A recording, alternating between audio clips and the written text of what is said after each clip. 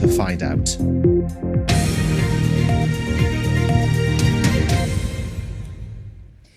The National Field of Remembrance has opened at Cardiff Castle ahead of Armistice Day and Remembrance Sunday. Thousands of crosses have been planted with individual messages to those lost in armed conflict. And as Stephen Fairclough reports, this year the Royal British Legion is also marking its centenary. Each cross and poppy is a personal reflection on loss. More than 10,000 in this field of remembrance in Cardiff Castle.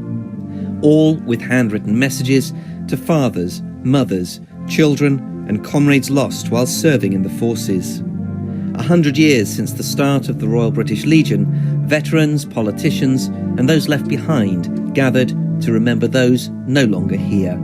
Bless this field of remembrance. Grant that it will encourage all who see it to thoughtful remembrance of the past and to hopefulness for the future.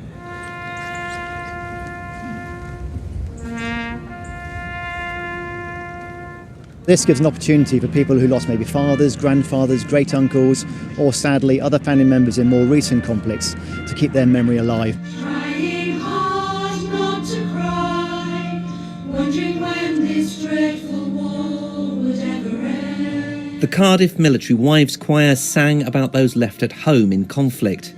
After 22 years, Vicky Cooper-Cornell has just left the army after serving on the front line as a medic. It's a time to think about everything that has happened and to remember those that we've lost. It's just that time to take that moment and remember them and just think about them. Touched me, man. Touched me deeply. Because when we were in Ireland, we lost 11 boys altogether. So the ones that got paralysed.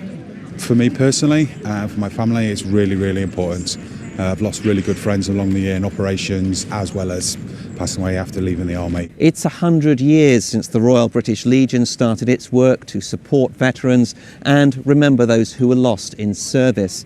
And the thousands of crosses and poppies on display here in this field of remembrance show that they haven't been forgotten. Stephen Fairclough, BBC Wales Today, Cardiff Castle. Well, next tonight, the Olympic champions shining a light on the impact sport